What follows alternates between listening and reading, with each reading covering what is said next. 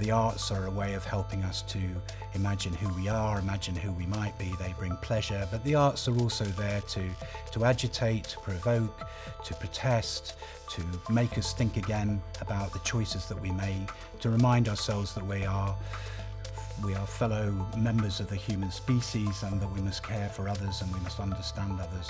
And the arts are a great way of us understanding other people's experiences, other people's lives. They are an essential and important part of the national identity. In a recent survey, 83% of New Zealanders agreed that the arts define who they are as a people. The arts are high cost. We need to make sure that the cost of attending the arts isn't beyond the reach of ordinary people. We need to make sure that the arts are expressive of the full range of experiences in a society. And if it was left to the market, we may not get the diversity and the range of experiences that we're looking for. We may not get the education resources needed to make sure that young people are able to understand and make art for themselves. We certainly wouldn't necessarily get the levels of high skill and high training that young artists need in order to be successful in their field.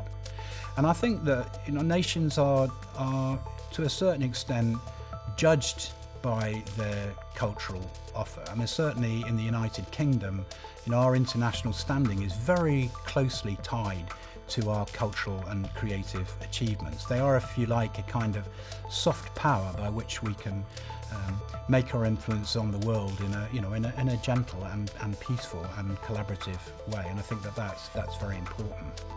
But in a digital creative world, the arts need to be as exciting as the economy and as the society to which they belong.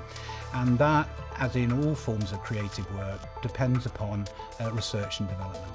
And the kind of research and development artists do, which we can learn from in industry and in business more generally, is often time-consuming, it's often costly, and without government support at the high-risk moment of the first idea coming into fruition, before we know that it's actually going to be a successful commercial product or that it's going to be something which people will come to love and recognise as being part of their cultural scene, that there has to be money available to do that. I mean, in a changing world, increasingly the arts will thrive on a mixed economy of both public and private investment. In an age of austerity, governments don't necessarily have the resources available to them that they might once have had to give full support to the arts. So it's important also, I think, that the old distinctions between not-for-profit arts and for-profit commercial arts is broken down. There's a lot of commercial potential in the kind of artwork that governments fund.